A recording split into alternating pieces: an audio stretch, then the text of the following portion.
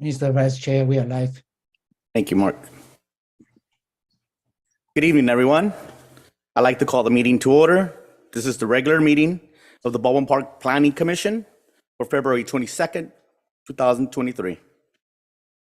And we all stand in the Pledge of Allegiance.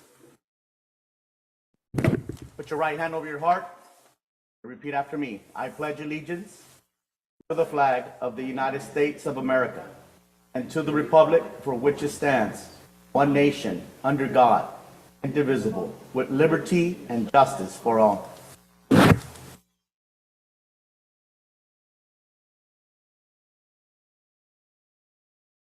I get a roll call, please?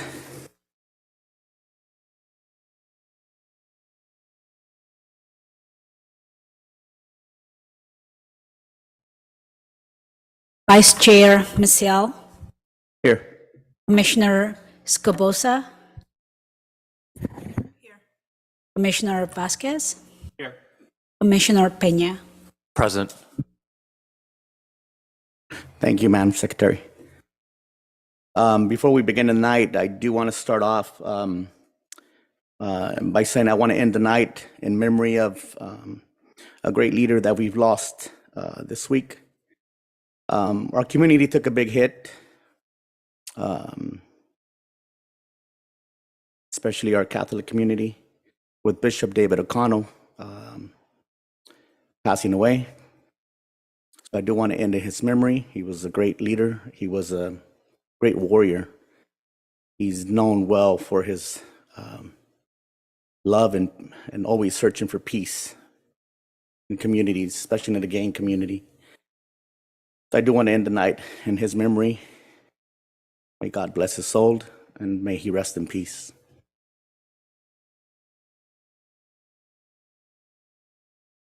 At this moment, I'd like to open up oral communication. Anyone wishing to speak on anything other than the items on the agenda may come up and speak at this time. Please state your name and address and restrict your time to 3 minutes.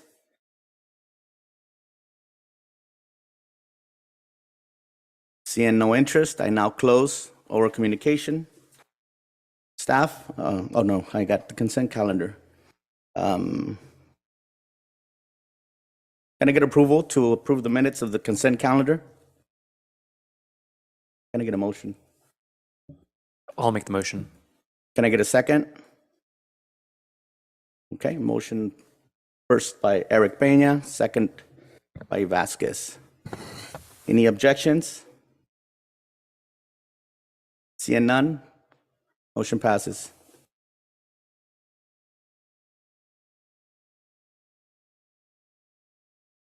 We'll move on to the next item. Staff?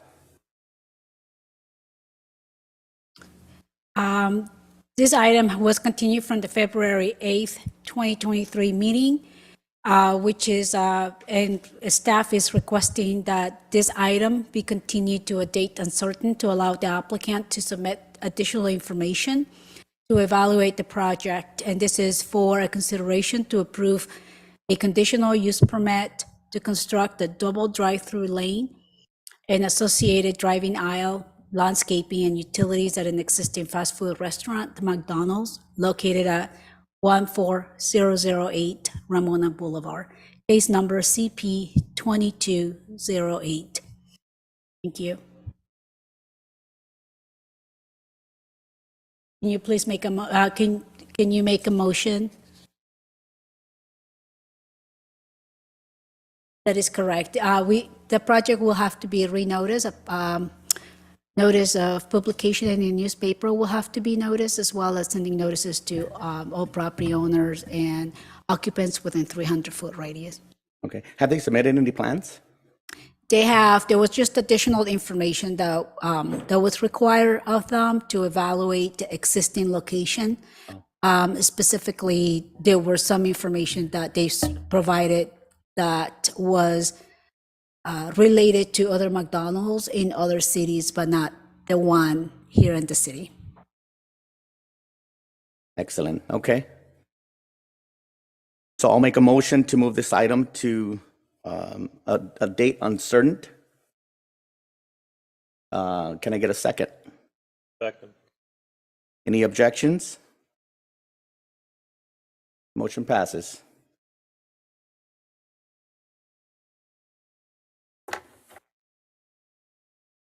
Next item.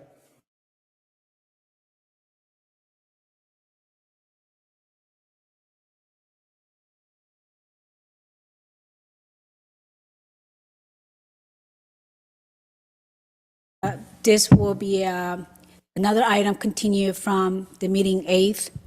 Planning Commission, this is a consideration to approve a tentative parcel map to subdivide one lot. I'm sorry, I got that a little too far. This is a continued item from February 8th, 2023 Planning Commission meeting, consideration to approve a conditional use permit to allow an off-sale EPC license type 20 for beer and wine in conjunction with an existing convenience store service station mobile located at 12670 Ramona Boulevard, case number CP 22-12. This item, there will be a presentation made by Melissa, our associate planner. Thank you.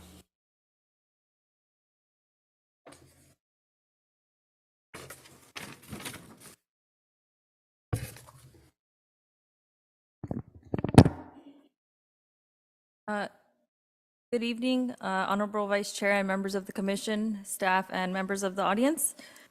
Before you is a request for consideration of a conditional use permit to allow a Type 20 off-sale beer and wine alcoholic beverage license in conjunction with an existing mobile service station and convenience store.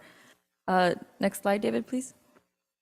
Located within the general commercial zone pursuant to Table 153.050.020 of the city's municipal code. Next slide, please. The subject site, again, is zoned C2 General Commercial and is approximately 23,065 square feet and is irregular in shape. The mobile service station has operated in the city of Baldwin Park since February of 1989 and currently operates 24 hours, 7 days a week. And the applicant is proposing to maintain the current hours of operation and is planning to cease the sale of alcohol at 2 a.m. The next slide, please.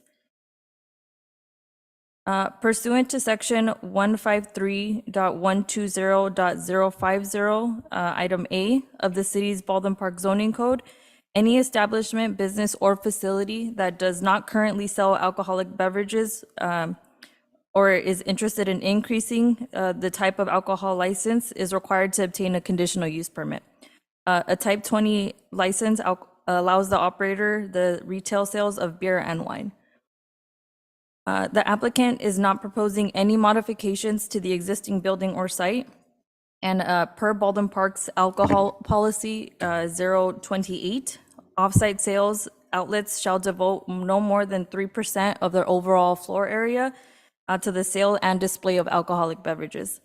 So here on the floor plan, you can see that the convenience store is proposing to dedicate no more than 3% of base to alcoholic beverage shelving. The applicant is proposing a small area for beer and wine within 2 coolers that equates to around 21 square feet, which totals a little over 2% of the convenience store floor area. Staff has reviewed the application, and it is of staff's opinion that the request for off-sale beer wine is in accordance with Baldwin Park's municipal code and will not be a detriment to the community. Next slide, please. The subject property is in Census Tract 4047.01, and according to the Department of Alcohol Beverage Control, this census tract is allowed a maximum of 3 off-site alcohol licenses. Currently, there are 3 already existing off-site licenses within the census tract, and here we have the locations listed on here. Next slide, please, David. So here, staff has included a map that indicates the location and distances from the proposed convenience store for requesting the ABC license. So we have El Mercado del Pueblo at 12760 Ramona Boulevard with the black line at a distance of 0.2 miles of the proposed location. Country Liquor at 12744 Ramona Boulevard with the green line at 0.3 miles. And El Mambi Market at 13030 Francisquito with the red line at 0.5 miles. Again, staff has reviewed the application, and it is the staff's opinion that if approved, the overconcentration of the census tract will not be a detriment to the community. Also, on January 26, 2023, a legal notice was published in the Baldwin Park Press and posted at City Hall. Public hearing notices were also mailed to the property owners and occupants within a 300-foot distance of the subject property, notifying them of the proposed application, and no comments were received from staff regarding the project. Next slide, please. So to conclude, staff does recommend that the Planning Commission approve Resolution PC 23-07, approving CP 22-12. The applicant is virtually present for any questions. Thank you. Thank you, Melissa. Any questions of the commission to the staff? I do have a question for Melissa. You mentioned that under city code, the applicant is allowed to go up to 3% or dedicate up to 3% of the floor, of the sales floor to alcohol. Right now, their plan is just above 2. If they later decide to go up to 3, do they have to notify the city, or is the 3 just the benchmark? It is a part of their conditions of approval that any modification to the floor plan, we would, Planning Commission would review the application. Thank you. And the license is just to approve beer and wine, you said? Correct. No hard liquor. No, type 20, yeah, just beer and wine. Any other questions? The commission has the discretion of approving, if that's the desire of the commission, to approve the sale of alcohol not to exceed 3% if the applicant wants to expand it up to 3% at a later date without having to come back and modify the existing conditional use permit. Thank you. Any other questions from staff? And then a question for either staff or the applicant. And this license is actually being transferred, right, from one business to another, correct? That is correct. So the City of Baldwin Park does not allow any outside licenses from any other jurisdictions to enter the city. If they do want to do offsite sales, they have to transfer a license from an existing location. So this one in question is being transferred from the grocery outlet. I believe last year or the year before, grocery outlet increased the type of alcohol license, freeing up the existing one that they had, which was the type 20. Great. And then I know the grocery outlet, I know in the business narrative and justification, it's listed that it's the grocery outlet, but in the actual recommendation or the summary, it says that it's Olive Square Market. Is that the same? I think it has the same address, but is that the same business? I can verify, but it's coming from grocery outlet. We can double check the addresses, but yeah, because we've received- on the third page, under public convenience or necessity, on the first paragraph, it does say that the Olive Square Market alcohol license was currently located in the address and is selling it now just to the mobile. So I was just wondering if there was a reason why they both had different names but same address. It might have been a typo, but I Okay. can definitely verify and get Yes, back thank to you. Yeah.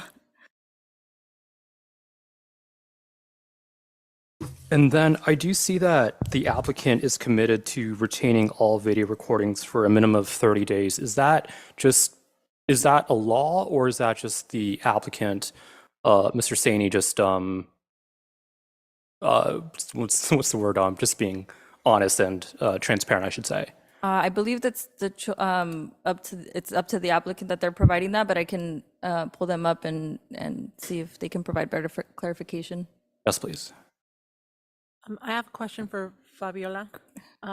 You mentioned that it's at the commission's discretion if we want to allow up to 3% to prevent the tenant from having to submit any modifications. Would that be a separate motion from this request? Yeah, when you make the motion, you can say, you can approve it subject to the changes or adding a condition of approval or changing a condition of approval that says not to exceed 3%.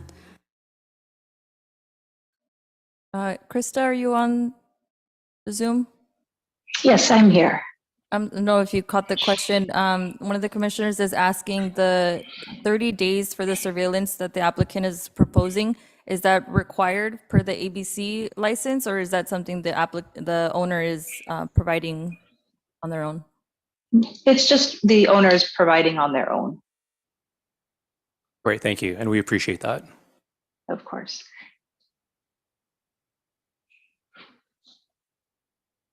But just for the record, you said the limit on the amount that can be utilized in the store is 3%, right? It's capped at that amount. That is correct. Okay. Yeah, I think that mobile station is small enough that they can't really. I can't see them making the space regardless, because it is a tiny space. Anyhow, any other questions of the commission to the staff?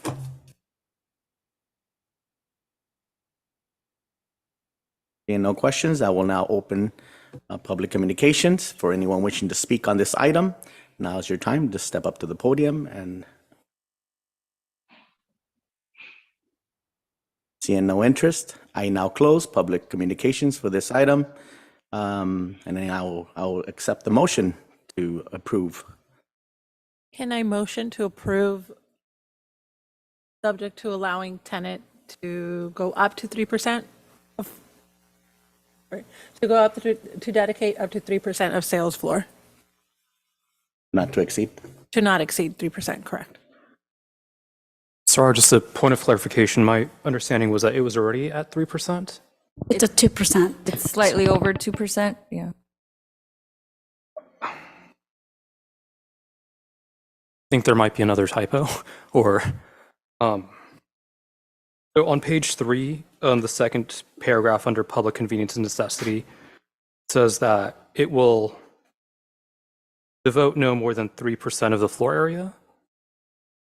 So that's the requirements, or the, that they should not dedicate more than 3%. Okay. And then it breaks it down that I think they're only proposing around 21 square feet, which comes out to a little bit over 2%.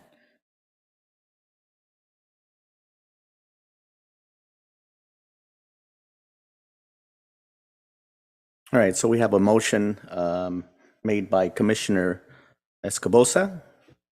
Can I get a second? I'll second it. Are there any objections? Roll call, please. Commissioner Cabosa, Yes.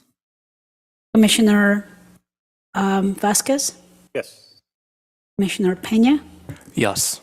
Vice Chair Maciel. Yes. Project is approved for votes, a majority of the votes. Next item on the agenda. Thank you, guys. Yes. Next item is an item continued from the February 8th, 2023 Planning Commission meeting. Consideration to approve a tentative parcel map to subdivide one lot into 2 lots and to develop each lot with a primary dwelling unit with a detached accessory dwelling unit at 4011 Harlan Avenue, case number PM 83824. This project will be presented by Associate Planner Melissa Chipre. Next slide, please, David. So before the commission, we have a request for consideration of a tentative parcel map, TPM 83824, to subdivide a 12,057 square foot lot parcel into 2 parcels within the R1 single family residential zone pursuant to table 152.040.030 in the city's municipal code. The project is exempt from the provisions of the California Environmental Quality Act, CEQA, pursuant to Article 19, Section 15315, minor land divisions of the CEQA guidelines. Therefore, no further environmental analysis is required, and a CEQA notice of exemption will be filed with the Los Angeles County Recorder's Office. Next slide, please. The parcel is currently developed with one single-family home and one detached two-car garage, which will be demolished as part of the subdivision and application. The property is one parcel with a lot area of approximately 12,057 square feet, and the property is relatively flat and rectangular in shape and drains west towards the street. The subject property's general land use designation of single-family residential is consistent with the property's single-family residential R1 zoning designation. Next slide, please. The proposed project required the approval of a tentative parcel map and a development plan design review to allow the proposed buildings, architecture, and site layout. The site plan layout consists of two-story single-family dwellings, each with an attached two-car garage and a detached accessory dwelling unit. Each newly created parcel will maintain a single driveway that is proposed down the westerly portions of the project to provide vehicular access to the dwelling units along the route. Staff did want to make a note that since the distribution of the plans in your agenda packets, staff did request that the applicant relocate the proposed garage of parcel 2 to be relocated to the southerlymost property line. And this is in an effort to distribute landscape in the front yard area between the two parcels. This has been added as a condition of approval for the project as well. Next slide, please. The project proposes a Spanish architectural design. Architectural features include a hip-style roof with a clay roof tile, varying wall projections, stucco exterior with smooth stucco, window trim finish, window planter boxes, vinyl recessed windows of varying shapes, with decorative iron grills, faux balconies, and arched recessed entryways. The combination of materials and architectural variation reduces the scale and the massing of the proposed single-family dwellings. Next slide, please.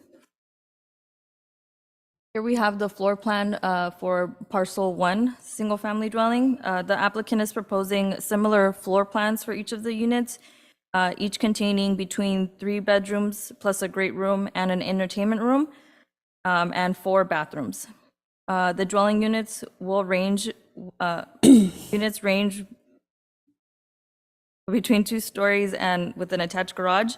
Floor areas ranging from 1,178 square feet to 1,187 square feet of livable area. Next slide, please.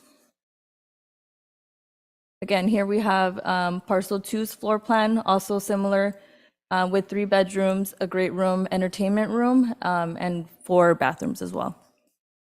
Next slide, please. The applicant is also proposing a detached ADU on each newly created parcel. Here we have parcel 1. The ADU lays at 780 square feet with and is detached, which will consist of 2 bedrooms, 1 bathroom, a great room, and kitchen. And the ADU is limited to 1 story and will be 15 feet in height. Next slide.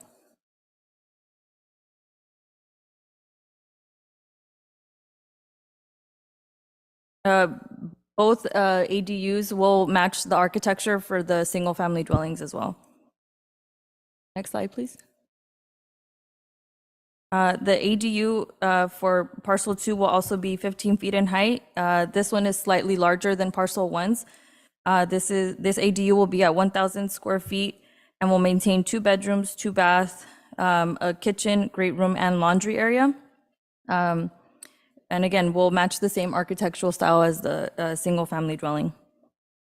And on January 26, 2023, a legal notice was published in the Baldwin Park Press and posted at City Hall. Public hearing notices were also mailed to the property owners and occupants within a 300-foot radius of the subject property, notifying them of the proposed application, and no comments were received from staff. Next slide, please. Oh, sorry, next one. Okay, so to conclude, staff does recommend that the Planning Commission adopt Resolution PC 23-05 approving tentative parcel map 83824 to facilitate a residential development. This concludes staff presentation and is available for any questions, and the applicant is also present. Thank you. Thank you, Melissa. Any questions from the staff, from commission to the staff?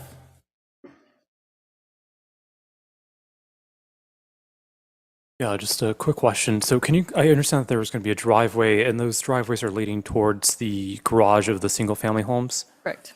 And then the ADUs have no parking? No, they do not have. And then, it's hard to take a look at this, but how does the access way look like to the ADUs?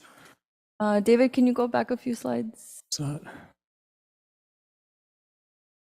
One more, yeah, right there. So the ADU, right there in the middle? yes, Got yeah, it. the ADUs are accessed through I believe it's a 5-foot walkway through the sides of the property. Okay, thank you for that clarification. And then I have a question for the applicant. Oh.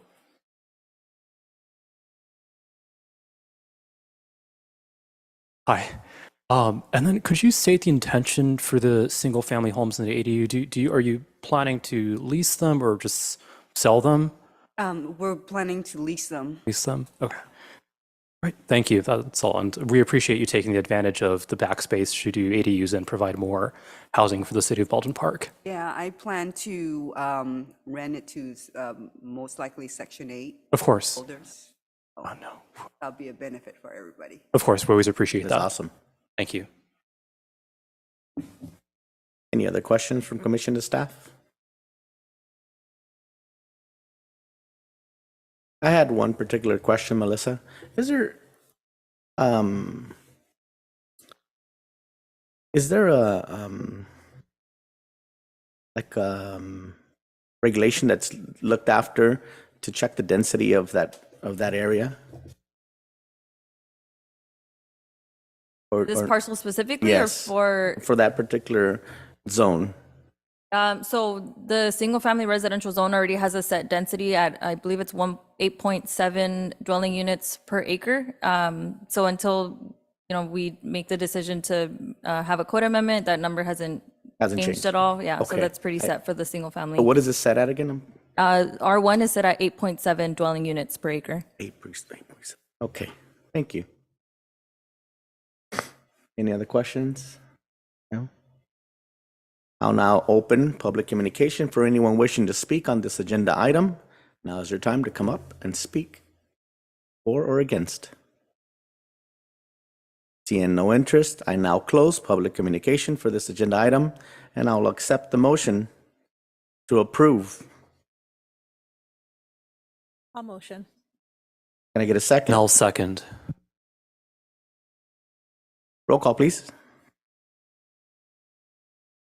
Commissioner Scobosa, Yes. Commissioner Vasquez, Yes. Commissioner Peña, Yes. Vice Chair Maciel. Yes. All right, motion passes to approve. What is this? PM 83824. Next agenda item.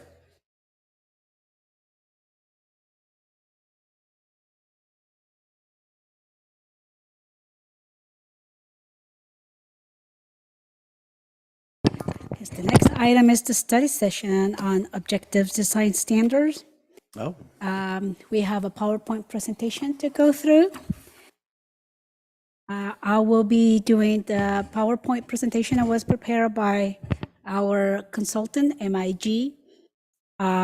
Since the project was continued or the presentation was continued from the last meeting, will do my best and cover the PowerPoint and provide all the information to the commissioners. So with that, this is the project for objective design standards, project goals and overview of the objective design standards ODS project and the evolution of the single family zone SB9. That's what we're going to talk about it tonight. Next slide, please. So the goal is to create high quality, enforceable, objective design standards streamline the review and approval process for qualifying housing projects, create greater certainty for applicants, decision makers, residents, and the public, enhance the existing character of neighborhoods and district as new development and for new development and properties. So, these are, we're going to cover a little bit more about what it is. So the next slide, please. So this is the schedule. Where we're at is basically, we had last week, the consultant did a brief presentation during study session with City Council, kind of providing what it is, pretty much very similar to what I'll be covering tonight. So you can see right now in February, we are doing an overview with City Council as well as with Planning Commission. The next step will be releasing a survey to get feedback from the community. In January, to go back a little bit on the schedule, there was some stakeholders interviews, and that included some of the developers that tend to develop here in town to kind of get their feedback, how these objective design standards will apply for projects that have been built in the city and what that means for them. And so going back to the schedule in March, we'll be releasing the survey. We'll try to reach as many people as we can. We have contacted some of the faith-based organizations within the city and asked them to partner with us to spread the word. In addition to putting it on social media and maybe attending some of the city events and provide the information. So, and post it in our website and all the regular stuff that we do to try to reach as many people as possible and hear from them. So from then, we are going to basically do the drafts and hold additional study session in April with the Planning Commission. That's what we anticipate doing. And then with City Council. And then we will be doing the public hearings. Hopefully, we will be wrapping up the project by June. This is being funded by a grant, and we have a deadline to complete the project. Next slide. So objective design standards. Thank you. So why do we have to create objective design standards? What is this whole big project that we're embarking? So basically, state has passed different regulations. And what they say is, cities, you don't get to put your own subjective standards. And so some of the laws that have been passed is the Housing Accountability Act, SB 35, which allows to streamline approval processes or process for affordable projects, and SB 330, the Housing Crisis Act of 2019, and most recently, AB 2011 and SB 6 that will be allowed in commercial areas.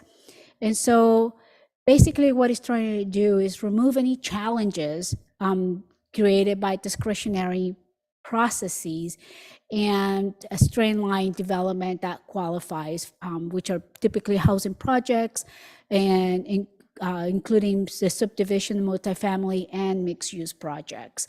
So what the law does allow is for cities to come up with their own objective design standards. So we still have that right. And so we still have a say so to say this is what we want to see in projects coming into the city. Next slide, please. So having said that, what is the definition of objective design standard? So that is actually included in Government Code Section 66300, subsection A7. And it says objective design standard means a design standard that involves no personal or subjective judgment by a public official and is uniformly verifiable by reference to an external and uniform benchmark or criterion available and knowable by the development, by both the development applicant or proponent and the public official before submittal of an application. So basically, you don't get to make the rules. The rules got to be adopted in writing. It could be verified, We can't say anymore, that is not compatible with the neighborhood. What did that mean? So we'll go on the next slide, please. So all these objective design standards will be applicable to all new single-family, multifamily, and mixed-use residential projects. I do want to clarify that actually the law doesn't require objective design standards to be applicable to multifamily, but when this is all done, we will have a set of standards as well that will be applicable to help the applicants and also staff when also single-family homes are being proposed. So next slide, please. So some of the objective design standards, for example, it can include, at least 60% of the ground floor street, be facing the walls should be facing the street, include transparent windows. So, it's telling you exactly what you're looking for. Instead of saying the building shall be designated to be pedestrian friendly and encourage views into retail spaces. So you basically saying you have to provide this amount of windows, and it has to be, 60%, not 10%, but 60%. So you have a good relationship with the street. So those are the things that, will make it objective, that you can point to and say, oh, do you meet this or not? So here's some examples of that, what is an objective standard and what is not objective. And at this point, typically, we have been, for decades, working on subjective standards where we applied our own views, we may have design guidelines, but they might be guidelines again, not the law, not something that you must require. Next slide, please. So subjective, current objective design standards and samples of ODS. So basically it talks about the facade, what kind of articulation are you looking for, and like how many feet, like every 15 feet, there's supposed to be like a plane offset to provide relief. And so that's basically what you're saying. Every 15 feet, you're going to have some projection, something to break that, flat walls that you see sometimes in buildings. So that's an objective, an example of an objective design standard. Next. So for us to create objective design standards, the tools that we will be using that are applicable are our existing zoning and general plan. Also, any guidelines that we have, we can write them or rewrite them to be something that it could be quantifiable. And so we will use those and write them in a different way. And also based on input from the public, from the Planning Commission, from City Council. So we're going to take all that feedback and come up with our own design standards, objective design standards. Next.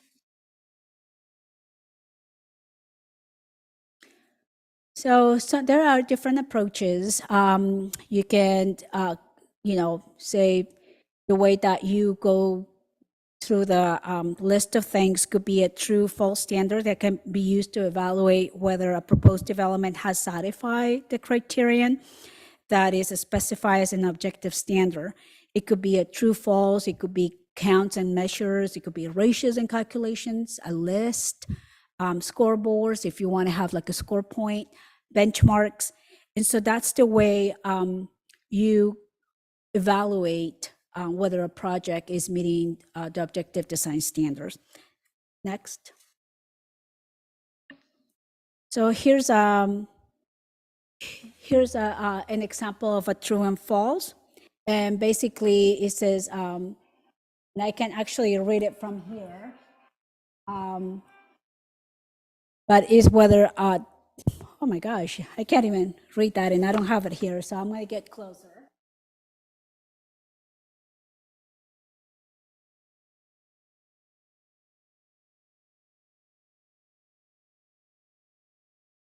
Next slide, please. So here's an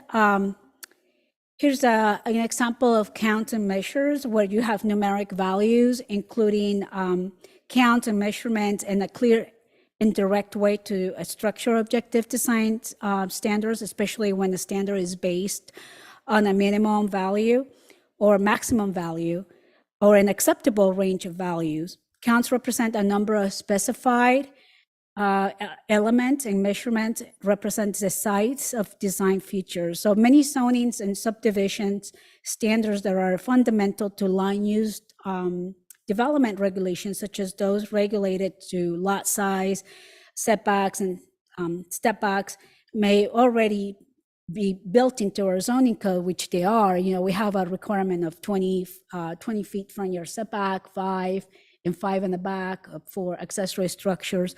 So that's those are kind of already exist. So then we have some objective design standards that you can say, if you have a development that is more than 10 or more units, shall provide a minimum of 10% of the total units as 3-bedroom dwelling units, or whatever it might be. So if you have certain number of units, you can start saying, okay, if it's 100 units, the 100 units development, 10% got to be 3 bedrooms, and 15% got to be 2, and 40% 1 bedroom. So those are things that you can check. Next. Then additionally, you can have ratios and calculations. So that's another way to actually draw that you can also write objective design standards.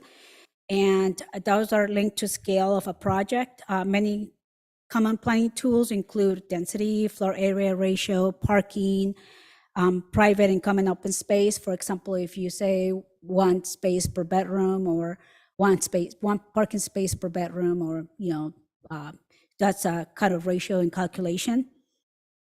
So those could be some of the objective design standards. It could be 25% of, or 25 square feet of open space per unit that you have to provide of common open space, or whatever might be for also private open space.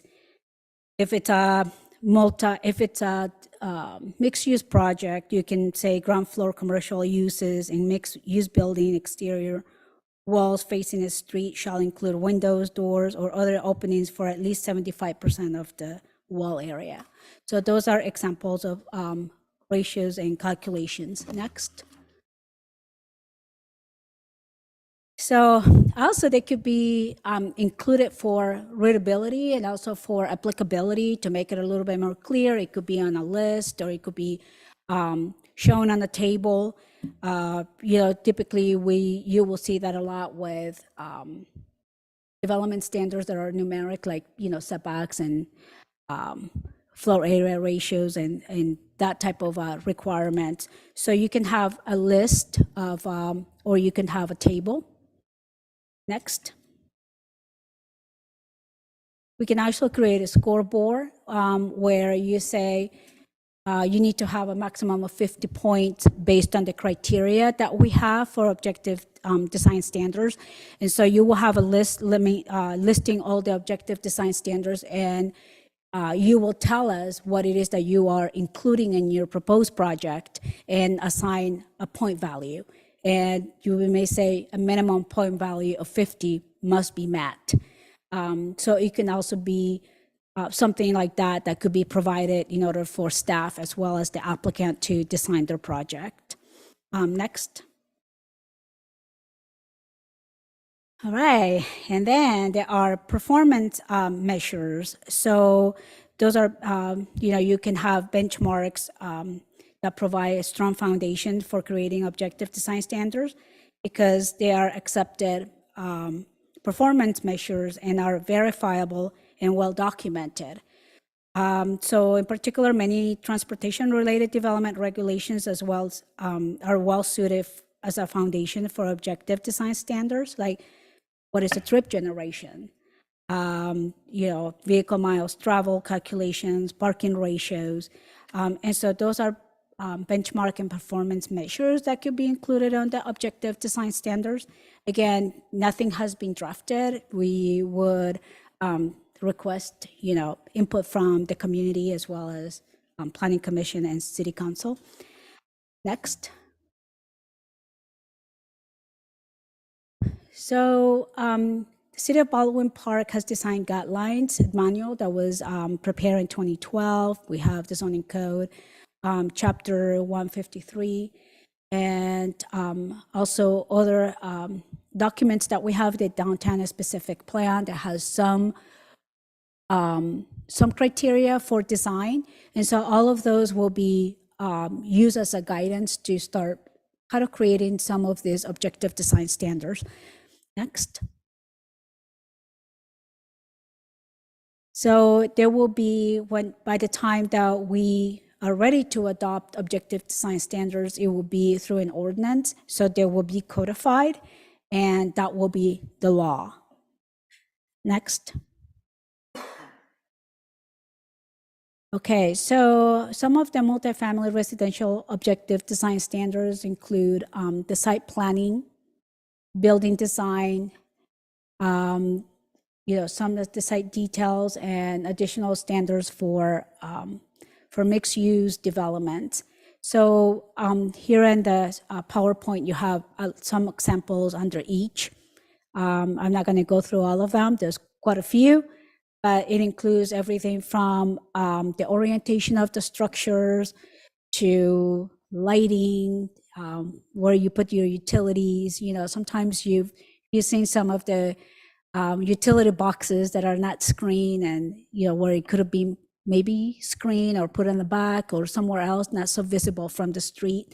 So those are kind of the things that we will be addressing through the objective design standards. Next. Okay, so we also wanted to kind of cover SB 9. You probably heard that this is a piece of legislation that was passed in 2021. It went into effect in 2022. And basically what it does is allows for true primary unit on a single family residential zone. So there's two components to SB 9. And I'm not sure how this was, I'll try to use the PowerPoint, but I'll just tell you what it is very briefly. So this piece of legislation allows two components. One is what is called an urban lot split. So under urban lot split, you can split one single family residential parcel into two. And the minimum lot size that you can start with is 2,400, which means you end up with two parcels that are a minimum of 1,200 square feet. On each lot, you can build two primary dwelling units. So where you had one, you can end up with 4 units. So that is an urban lot split. If you have a larger lot, let's say you have a lot that is 10,000, you just approved, for example, a parcel map that the lot was 12,000. They could have used SB 9 to do an urban split and end up with 2 lots or 6,000 square feet and develop it with 2 primary dwelling units. And that is ministerially, doesn't require a public hearing, unlike the parcel map that you just approved. They did not invoke SB 9, they just did a traditional parcel map. And so under SB 9, you can also split your lot 60-40. Doesn't have to be 50-50, it could be 60-40 as well. But the minimum lot size is 1,200 square feet. So, so that's one component. The other component is it allows for a 2-unit development. So you don't have to actually subdivide your lot. By right, you have right now, you're allowed to have an accessory dwelling unit in each residential parcel. So you can actually add an additional primary dwelling unit. So you'll end up with 2 primary dwelling unit and 1 accessory dwelling unit. You can also have what is called a junior accessory dwelling unit within the space of one of the primary dwelling units. So without having to subdivide your lot. So that's basically what this piece of legislation allows property owners to do. There are some exemptions. Cities can exclude sites that are historic. Historic sites can be excluded, and that's to protect historical resources. And if they are in a fire hazard zone, city can exclude them.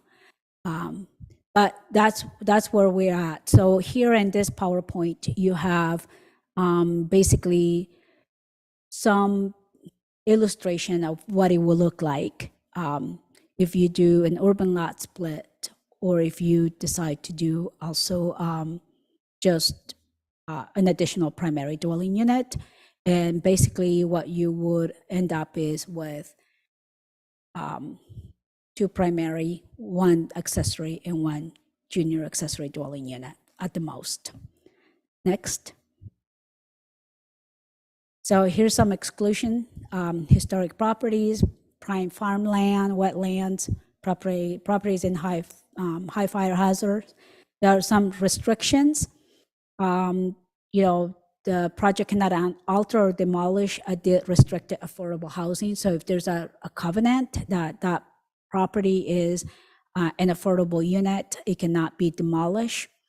If it's a rent control housing, housing that has had the Ellis Act evictions passed in the past 15 years, and housing occupied by tenant currently or in the last 3 years.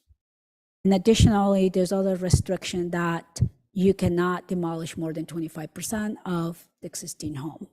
Next. So garden review could only, so again, on SB 9, you can only, you can only, when you review the design, you can only apply the objective design standards that you have adopted. So again, it allows up to 2 units, each at least 800 square feet. And it might not require, can only require inside and rear yard setback no greater than 4 feet. You can still require the underlying zone front yard setback. That is one thing that you're allowed to ask. It may require 1 parking space if you're not within a quality transit corridor, within half a mile of a transit corridor. Or if there's a car share vehicle, we don't have that in town. The units cannot be part of Airbnb or any of those short-term rentals. And it can allow for connected units, duplex. So those are allowed under SB 9. Next. I pretty much cover that. So I won't cover that again, but it can require each parcel to have its own access. So did you guys have any questions? That pretty much concludes the overview of objective design standards as well as SB 9. Any questions from commission to staff? I have one particular question, because I know back in, I want to say 2018, 2017, we were looking into this ADU.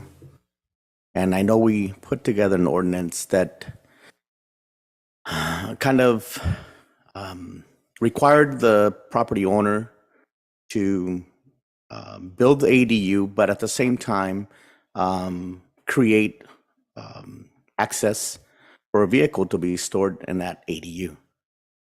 And with this SB, I think it was SB 6, I was told by staff that we had to eliminate that. Yeah, I'm not sure that it was SB 6.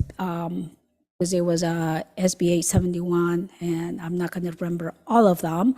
681, I think, was one that applied for ADU. But basically what it says is if it's within half a mile from a quality transit, which it could be your Metrolink, or it could be two buses that intersect, two routes that intersect, and they run 15-minute headways, peak hours, AM and PM, then you don't have to provide a parking space. So it exempts from providing a parking space. But if that doesn't exist, the cities can still require a parking space. It could be open, or it could be cover or uncover.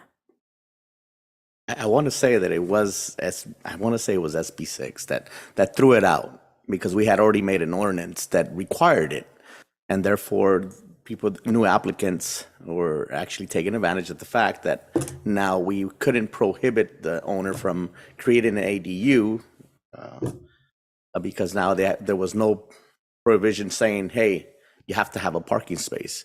Right. Because here in the city of Baldwin Park, as you probably already heard, that's one of the things we lack is parking. So when we're subdividing properties, I see the intent behind it being subdivided, which is good. It creates more living space. But at the same time, we're affecting the fact that there will be a parking issue at one point or another. And that's the part that we keep ignoring. I don't think it's that we keep ignoring, is the state mandates that we are required to implement. And I can tell you that the city of Baldwin Park is not the only city. You get the city of LA, city of Santa Ana. Parking is a commodity, and in street parking, you can't find it. And so, it makes it very difficult. A lot of times too, it could be partnerships with some of the commercial establishments.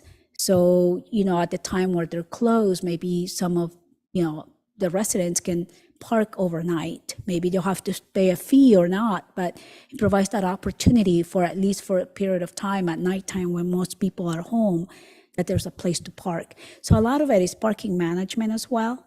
And those are things that I think in the future, we're going to be looking at.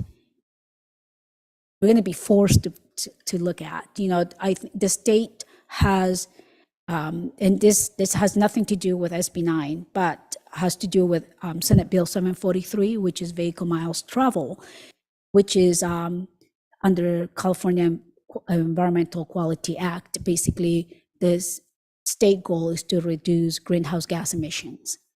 And so their whole goal is that if you get rid of parking requirements, it's going to force people to actually use public transportation, and therefore greenhouse gas emissions related to vehicle miles traveled will be reduced. Another statement that you had made was the square footage of the properties that are allowed, and you said it was 1,200, but I thought the property size had to be 5,000. That is correct. That's under our zoning code. And if somebody comes and do a traditional parcel map, like the one you just approved, we're going to be checking those objective design standards that are in our code. Minimum lot size, 5,000 square feet. And so, but under SB 9, it's a separate rules that we have to apply. So if an applicant comes and invokes SB 9, what's in the law is what we're going to be checking to make sure they comply with those requirements. And yes, it is minimum lot size is 1,200 square feet. Wow. And you have to allow 2 primary dwelling units with a minimum unit size of 800 square feet. That's interesting. So at the current moment, the ADUs are set at 1,000 square feet, right? If the lot is, and Melissa can correct me, but if the lot is larger than 5,000 square feet, it could be up to 1,000. If it's less, then it's 800 square feet. Oh, What's okay. allowed. Wow. Interesting. There's a lot of sets of regulations that we got to. I don't understand why they have to apply to us when we know, knowing our city, being here so many years, knowing what has affected us and what's going to affect our community going towards the future. I really don't like the fact that Sacramento gets to decide You're what not we alone. have to do. You're not alone. I have heard that in previous communities that I work for. They basically, the sentiment that I hear a lot in other communities is that local control is being taken away, is being eroded. Yes, it is. So if I understand correctly, with this new project that's introduced tonight, if a developer wants to come in and let's just say they want to introduce a different facade, Texas-wise, we can't say, no, you got to be synchronized with whatever we have already. Yeah, basically, typically right now, because we don't have what is called objective design standards, we try to see what's already in town, what fits the theme, or what's kind of like what you see more commonly here in the city. So we may say, no, you have to have, some wood siding, for example, or brick, or things like that. And if someone will say, no, I just want all stucco. And right now, we don't have objective design standards. So, we typically will say, well, that's not compatible. But once we have objective design standards, you will say, you got to use either wood siding, a combination of stucco with stuck stone, wainscoting, or tell us which one you're going to use. Pick one and apply it. Okay. One last question I had. And when it comes to updating zoning, does this project allow for rezoning, kind of like the way this oriented downtown design did? No, this will not be a zone, allowing for zone changes. This is not, this is only for design, but not for land use classifications. Okay. Not for a change of land use classifications. Okay. All right. Those are all my questions. All right, Any any questions other for the commission? questions? All right, well, thank you so much. I know it was a little bit long, so thank you. Thank you, Javiola. And I guess our next item is we have an election tonight.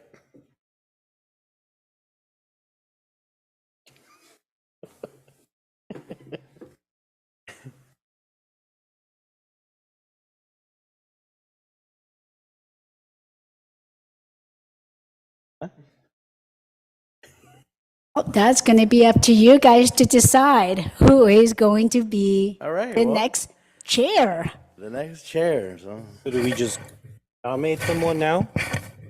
We'll nominate and vote on it. And I'm getting the affirmative nod from our city attorney, deputy city attorney. All right.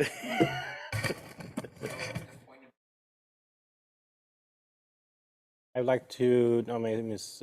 Commissioner Cabosa for chair. And I'd like to second that. I do.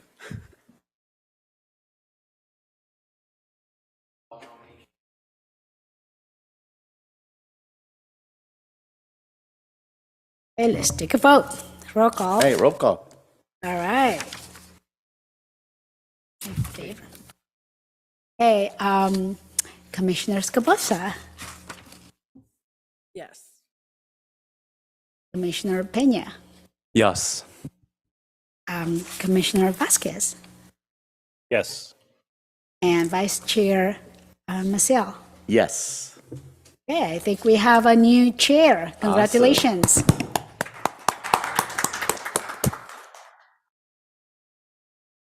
And we have to hold an election for. Yeah. I'd like to Commissioner Pena for vice. I'll second. And I accept.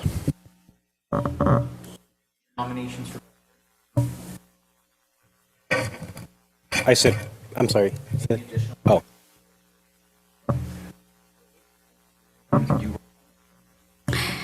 Commissioner Escobosa. Oh, Chair. Yes. Commissioner Vasquez, yes. Commissioner Peña, Yes.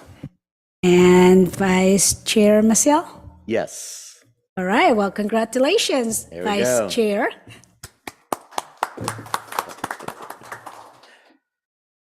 All right, and I guess, is there any other communications from the staff? No, any communications from commissioners to the staff? Well, now I'll accept the motion to adjourn. Well, before you adjourn, I would like to say thank you for being the Vice Chair. Hey, thank you, thank you, Thank you for all your service. thank you. It's been an honor. All right, I'll accept the motion to adjourn. All motion. I'll second it. Any objections? All right, this meeting is adjourned. Thank you, everyone. At 8:07 p.m.